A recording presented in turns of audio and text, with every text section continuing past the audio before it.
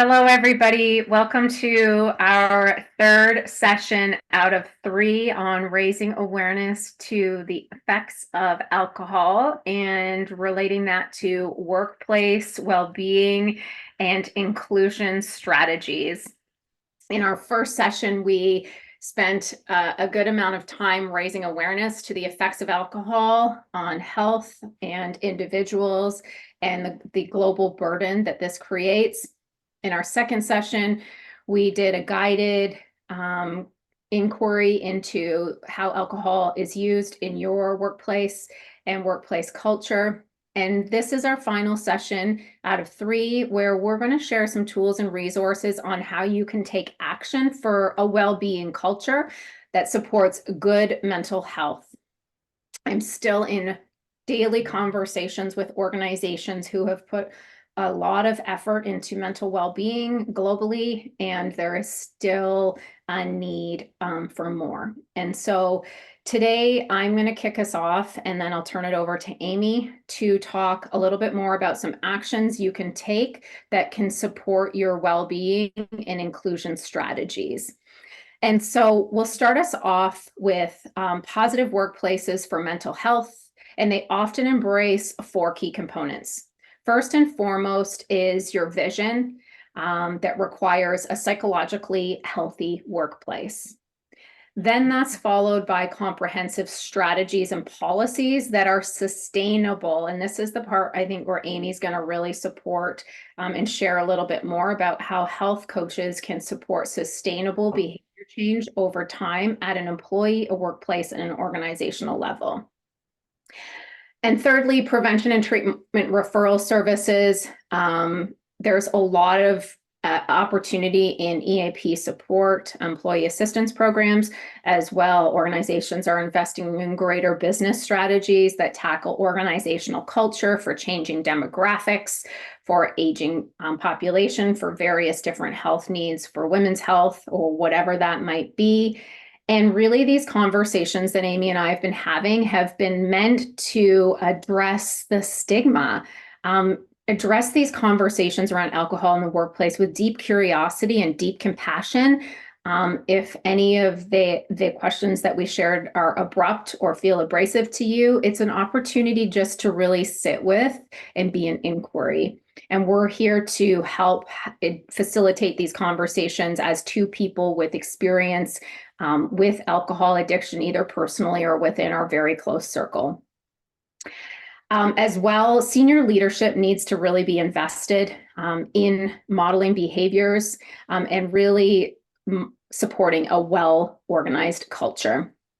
And that can be done through various resources: employee education, leadership training, company policies, and the organizational activities that we've talked about throughout these 2 and this third and final conversation around how to rejig or reapproach networking and career building conferences, team building events, and how to incorporate more inclusive strategies and policies. And so when we were doing the research for this conversation, I came across a study called the Workplace Alcohol Harm Reduction Project by Camerona et al. Out of 2018, and it was based out of Australia as barriers and facilitators to developing the alcohol harm reduction in the workplace. So we'll share that as part of the resources and tools post these sessions.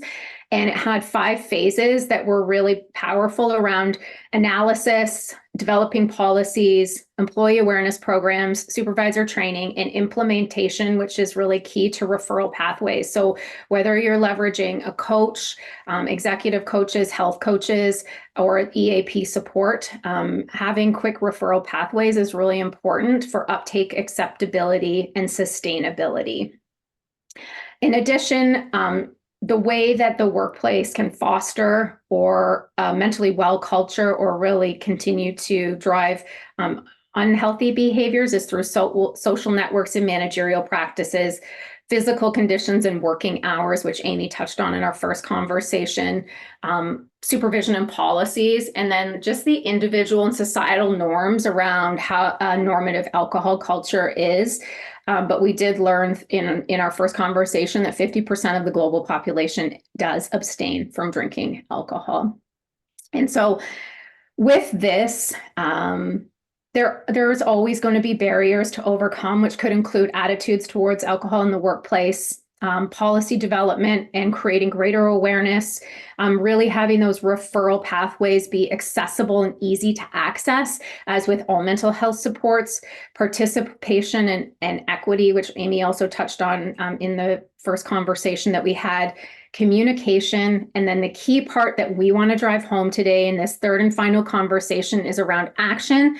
And we both build our work on sustainability.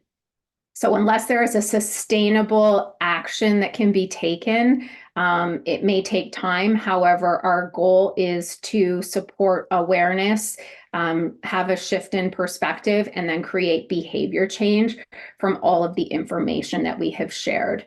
And so I'm going to turn it over to Amy to talk a little bit more beyond this greater workplace well-being strategy about other ways that creating healthy and well cultures and inclusive cultures can be approached. Yeah, absolutely. And thank you. And before we get into it, I do just want to reiterate, and I had said this on day one, and I think it's worth repeating. So, obviously I work professionally as a sober coach, but my goal truly is not to encourage abstinence or sobriety for everyone.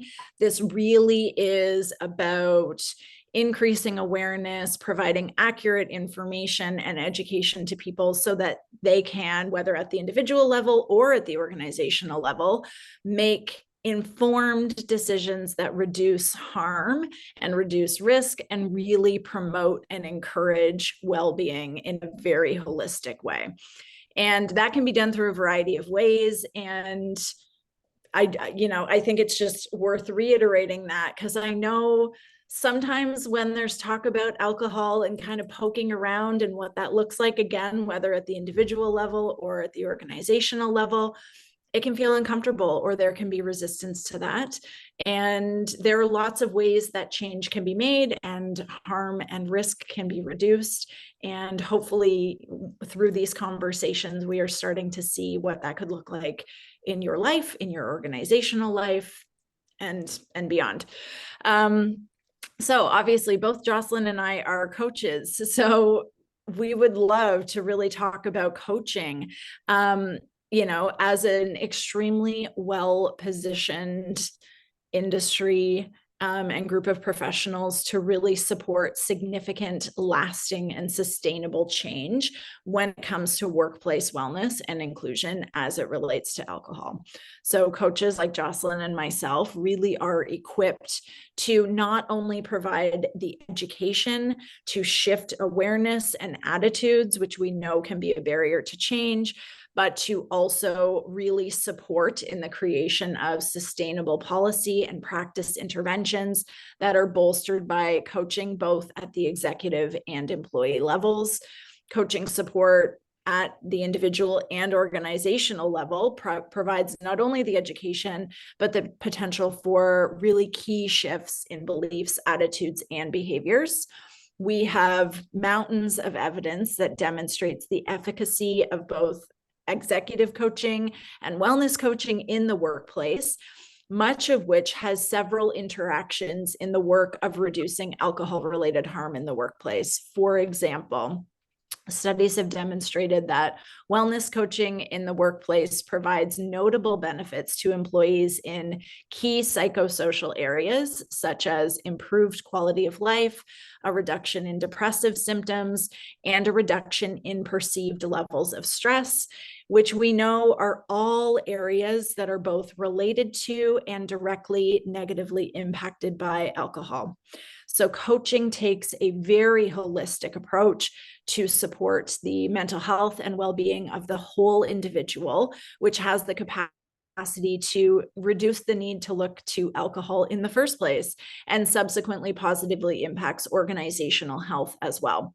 executive coaching is increasingly effective for senior level executives across a variety of areas that, again, would be highly beneficial when it comes to implementing change in workplace well-being. And we know that having executive level folks on board in creating culture change is really, really important.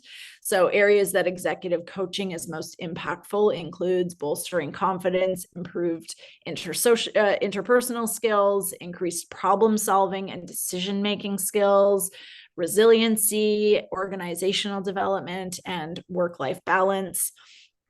Providing coaching at the executive level with open and interested executive teams creates the foundation for sustainable and lasting change. So whether that's through one-on-one or group support and training, coupled with holistic policy packages and support for employees at all levels, coaching is really perfectly positioned to facilitate a multi-pronged approach, which creates deep culture change within organizations.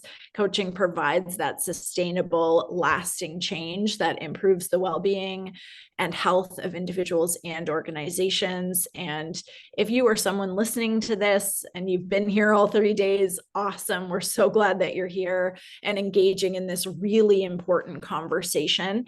And if you are wondering if your company or organization could benefit from support around reducing alcohol harms and creating a more inclusive, well-being centered workplace culture, we would love to connect with you and really dive into where your organization is at and where you would like it to be and how we could potentially support with that. That's such a great summary, Amy, of our 3 sessions today, and the importance of curiosity, compassion, and having these conversations. So many leaders in organizations are being trained as mental health aid or mental health awareness. And so just having a conversation with an employee could be so liberating and so freeing for so many individuals who could be struggling, curious, uncertain. So there's so many feelings and emotions that go in and around with this.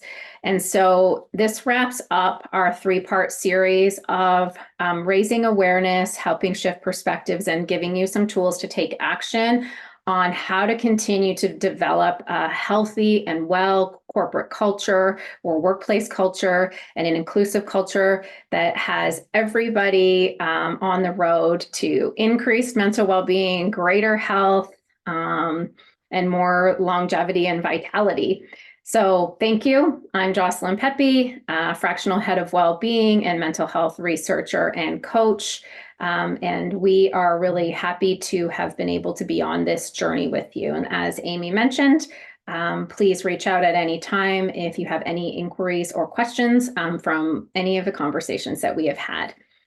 We wish you well on your journey of inquiry and awareness around alcohol consumption and the workplace well-being and inclusion strategies. Thanks, everyone. Thanks, Jocelyn. Thank you.